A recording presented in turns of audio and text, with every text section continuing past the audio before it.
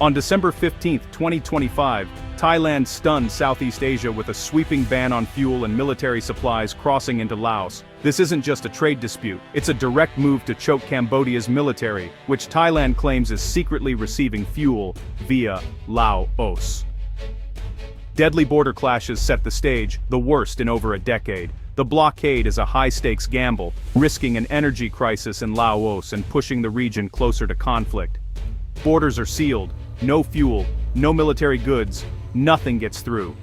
Thailand is also tightening control at sea, signaling a new, aggressive policy. The message from Bangkok: Thailand will not allow its resources to fuel its rival's war machine.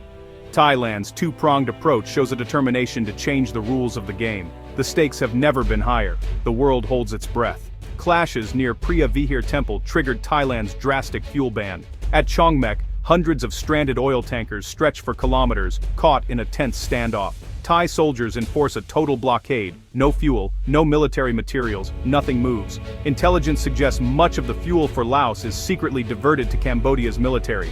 The sheer volume, up to 200 tankers a day, raises suspicions. The blockade is a physical manifestation of Thailand's suspicions. Tensions are high, and the risk of escalation is real. The Chongmeck standoff is far from over. Thailand's crackdown isn't limited to land. The Royal Thai Navy now enforces a sea blockade in the Gulf of Thailand.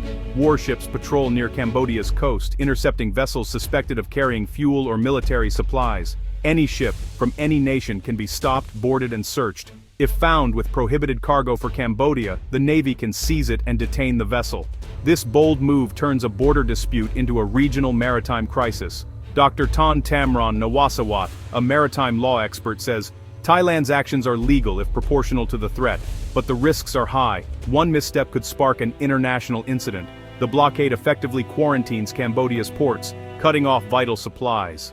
Thai warships are now an active tool to starve Cambodia's military of resources. The Navy's presence sends a clear message. The seas are closed to Cambodia's war machine. The operation is complex and dangerous, with global shipping caught in the crossfire.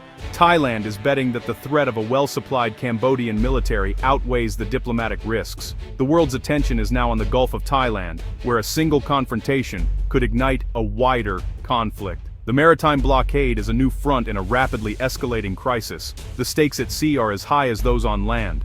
Thailand's government wasted no time justifying its actions. At a press conference, the Defense Ministry declared the blockade a matter of national security, citing clear intelligence of fuel diversion to Cambodia. We cannot and will not allow our exports to fuel aggression against our nation, the spokesman said. While taking a hard line on Cambodia, Thailand reached out to Laos with a formal apology for the disruption. The Prime Minister promised to help Laos find alternative energy sources, emphasizing their long-standing friendship. This diplomatic outreach aims to isolate Cambodia while keeping Laos and other neighbors on side. Thai officials framed the blockade as a defensive, non-violent measure to force Cambodia to negotiate. Our goal is peace, but it must be based on security and respect for sovereignty, the defense minister insisted. The government's PR campaign is crucial, convincing citizens and the world that Thailand is acting responsibly. The narrative: Thailand is under threat, taking reasonable steps to prevent a wider war. The apology to Laos is key, showing Thailand's effort to be a responsible regional actor. Whether the world buys this story remains to be seen. The success of Thailand's strategy depends on global perception. The diplomatic balancing act is just beginning. Thailand's policy is built on months of intelligence gathering. Security agencies tracked fuel shipments at Chongmeck, uncovering a sophisticated diversion scheme. Shell companies, falsified documents, and secret payments point to fuel entering Laos but ending up in Cambodia. Satellite images and informant testimony show convoys moving fuel from Laos into Cambodia. Thai officials believe this pipeline sustains Cambodia's military operations. The scale is staggering. Thousands of tons of fuel, enough to power a prolonged conflict. For Thailand, this is an unacceptable risk.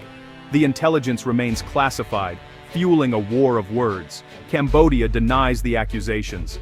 Laos claims ignorance. The lack of public evidence makes verification difficult, but Thailand is convinced. The diplomatic fallout is immediate, with both Cambodia and Laos protesting. Still, Thailand stands firm, willing to risk a major incident based on its intelligence. The secret war of spies and informants has exploded into a public crisis. The world is left to judge the credibility of Thailand's claims.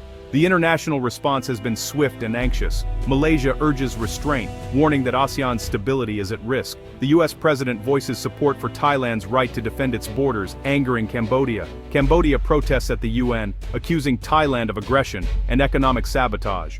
Thailand counters, presenting its case to the Security Council and framing itself as the victim. The diplomatic battle now plays out on the global stage, with each side seeking powerful allies. ASEAN faces a credibility crisis. Can it mediate between two warring members? Leaders scramble to bring both sides to the table, fearing the conflict could spiral. The outcome of this diplomatic struggle may be as decisive as events on the ground. If ASEAN fails, its influence could be shattered. The region is tense, hoping for diplomacy to prevail. The world watches, aware that the next move could tip the balance. The stakes for Southeast Asia have never been higher. Behind the headlines, ordinary people are paying the price. The blockade disrupts daily life in Laos, with fears of fuel shortages and rising prices. Civilians in border regions live in fear, many forced from their homes by recent clashes. The risk of escalation is ever present. A single miscalculation could trigger war. If Cambodia feels cornered, retaliation could be swift and devastating. The path to peace is narrow, requiring trust and compromise in short supply. International pressure and ASEAN mediation offer a glimmer of hope.